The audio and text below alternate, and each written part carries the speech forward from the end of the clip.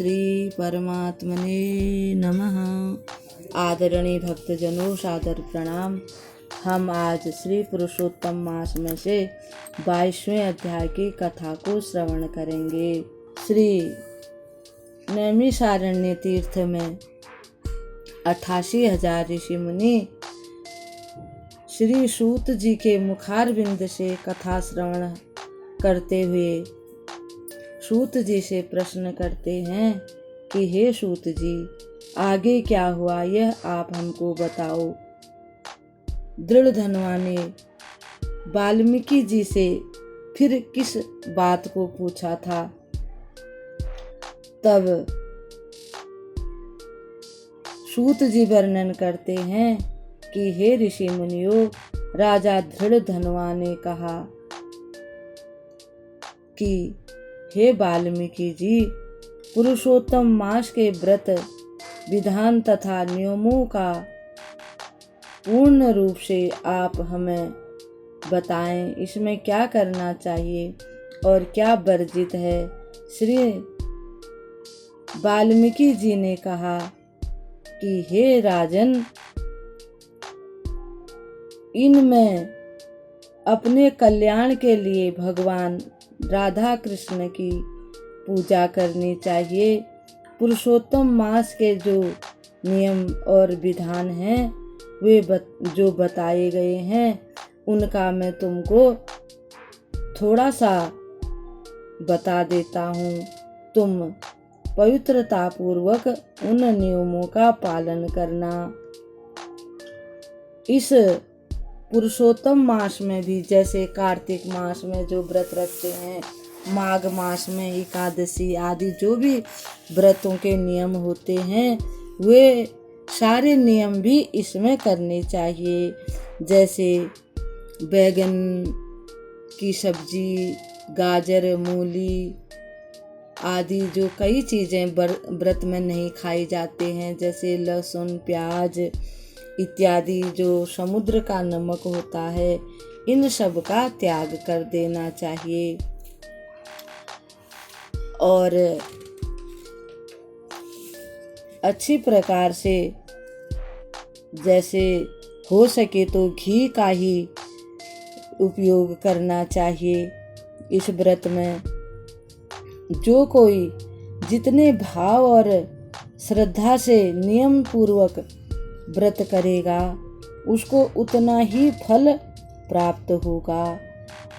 जो व्रती पुरुष या स्त्री हैं यानी कि पुरुषोत्तम मास के, उनको अगर जरूरी ना हो तो दूसरी जगह न जाएं, घर पे ही रहें और पराये अन्न को न खाएं, दूषित अन्न को न खाएं। देवता, वेद, ब्राह्मण, गुरु, गौ, व्रती स्त्री या पुरुष, राजाओं की तथा महात्माओं की निंदा न करें। पुरुषोत्तम मास में ये सब त्याज्य हैं। सूतक का अन्न मांस तुल्य है। मसूर की दाल भी, बासी अन्न ये सब मांस तुल्य बताए गए हैं। गाय, भैंस, बकरी इत्यादि के दुग्ध के अतिरिक्त अन्य सभी दूध भी मांस तुल्य बताए गए हैं। और तांबे के बर्तन में रखा हुआ दूध, चमड़े के बर्तन में रखा हुआ पानी, ये सब भी नहीं लेने चाहिए यानी उपयोग नहीं करना चाहिए। पुरुषोत्तम मास में ब्रह्मचर्य यानी कि भगवान का भजन कीर्तन करना चाहिए। मन में कुविचार, कुकामनाओं को नहीं लाना चाहिए। भूमि पर शयन करना चाहिए और हो सके तो केले का पत्र है यानी कोई और भी पत्ते हों उनमें ही दिन के चौथे पहर में आहार ग्रहण करना चाहिए। पुरुषोत्तम मास में जो रजस्वला स्त्री होती हैं, मलेच्छे यानी मुसलमान, पतित और जो विप्रद्रोही, भगवान की पूजा पाठ नहीं करते हैं और उनसे वार्तालाप नहीं करनी चाहिए। और इस प्रकार से जैसे भुना हुआ कोई अन्न है जैसे चने इत्यादि, इसका भी त्याग कर देना चाहिए।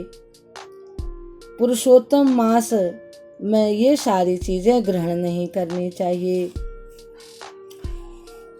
व्रत करने वाले को भली प्रकार से सभी प्रकार के व्रतों का पालन करना चाहिए। गृहस्थाश्रम वालों को रविवार के दिन आंवला का भी प्रयोग नहीं करना चाहिए। भगवान पुरुषोत्तम की भक्ति निमित्त जिन जिन आहारों का पहले हमने त्याग कर दिया है, यानी पुरुषोत्तम मास में और चातुर्मास में, कार्तिक मास में, माघ के मास में जिन जिन चीज़ों को भी हम प्रयोग में नहीं लाते हैं, उनको पहले ब्राह्मण को दान दे करके तभी उनको फिर प्रयोग में लाना चाहिए। हे राजन, नियम बिना व्रतों का फल प्राप्त नहीं होता। यदि सामर्थ्य हो तो व्रत धारण करके भगवान पुरुषोत्तम का व्रत पालन करे अथवा घी का ही प्रयोग करे और दूध का प्रयोग करे, और फिर जो भी साधु हैं या जिनकी घर की जैसी व्यवस्था है, जो कुछ भी मिल जाए उसका आहार करें। संभव हो तो व्रती पुरुष या स्त्री केवल फलाहार करें। विद्वान धर्मात्मा प्राणी इस प्रकार व्रत का पालन करें कि व्रत भंग न हो। आज तो हमने दूध पी लिया, कल दूध नहीं मिला तो फिर व्रत भंग होने की संभावना रहती है। आज हमने फल प्राप्त कर लिए, फलों का भोग लगाया भगवान जी को, फलों का आहार लिया, जो व्यवस्था है जिनके घर की शुद्ध जैसे व्रतों में भोजन किया जाता है, और उसी प्रकार से एक समय भोजन करना चाहिए। प्रातः काल उठकर पवित्र होकर स्नान इत्यादि से फिर भगवान के पूजा इत्यादि का नियम करना चाहिए और भजन कीर्तन करना चाहिए। पुरुषोत्तम मास में व्रती पुरुष को भक्ति पूर्वक श्रीमद् भागवत कथा का श्रवण करना चाहिए। जो भी हो, भगवान शिव की कथा, दुर्गा की कथा, जो भी हो उसको सुनना चाहिए। जो इस प्रकार से व्रत का नियम करते हैं और कथा सुनते हैं, तो वाल्मीकि जी कहते हैं कि हे राजन, उनके भाग्य की सराहना ब्रह्मा जी भी नहीं कर सकते। श्री पुरुषोत्तम मास में भगवान को तुलसी दल इत्यादि से श्री शालिग्राम जी की पूजा करें तो उसका मतलब जो फल है वो अनंत गुना हो जाता है, वह बहुत फलदायक होता है। और इतना फलदायक होता है कि जो विधि पूर्वक पुरुषोत्तम मास में स्थित होकर भगवान की पूजा करते हैं, उनको देख करके यम के दूत ऐसे भाग जाते हैं जैसे हाथी को देखकर शेर भाग जाता है और शेर को देख के हाथी रास्ता बदल देता है। जो कोई भी पुरुषोत्तम मास के व्रती और उनकी सेवा करते हैं, उनको भी बड़ा फल मिलता है। पुरुषोत्तम मास के व्रती के पवित्र शरीर में समस्त देवता, समस्त तीर्थ एवं समस्त क्षेत्र वास करते हैं। पुरुषोत्तम मास का व्रत पालन करने से दुख, दरिद्र, कलेश एवं समस्त दुख दूर हो जाते हैं।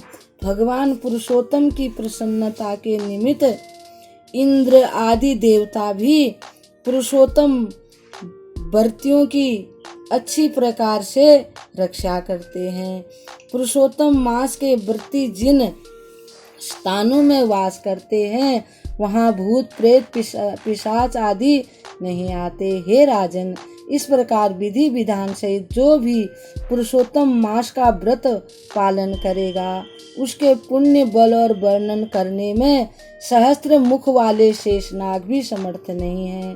भगवान वाल्मीकि ने कहा, पुरुषोत्तम में श्रेष्ठ पुरुष जो इस व्रत का पालन करता है, श्रद्धा भक्ति सहित पुरुषोत्तम मास व्रत का पालन करने वाले योगेश्वर श्री कृष्ण के साथ गोलोक में वास करते हैं। यानी कि भगवान वाल्मीकि जी कह रहे हैं कि हे राजन, जो कोई भी अच्छी प्रकार नियम से पूजा करेगा, भगवान के जो नियम बताए हैं व्रत का पालन करेगा, तो अंत समय में वो गोलोक धाम को चला जाएगा।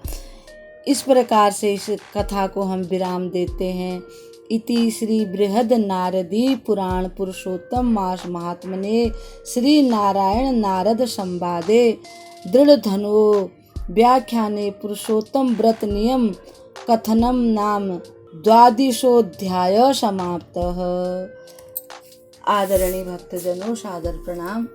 हमने आज आपको भगवान के 22वें अध्याय की कथा सुनाई।